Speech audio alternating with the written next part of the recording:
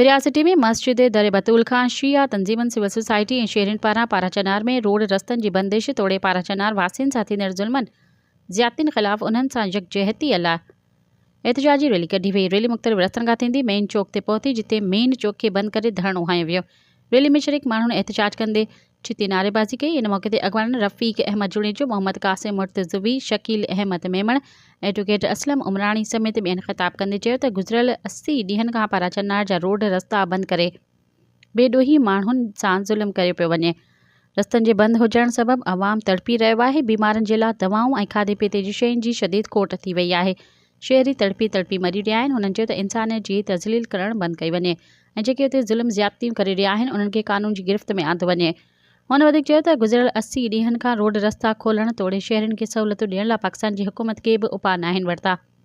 पाराचनार जा शहरी पाकिस्तानी मुस्लमान आहिनि, जिन सां यकजहती तौर सॼे पाकिस्तान में एहतिजाज कया पिया वञनि।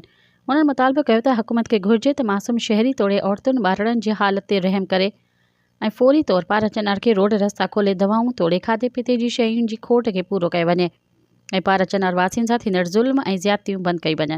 मज़ीद ख़बरनि ऐं तफ़सीलात लाइ विज़िट कयो असांजी वेबसाइट www.awamiNewsHD.com ऐं ॾिसंदा रहो अवामी न्यूज़ HD।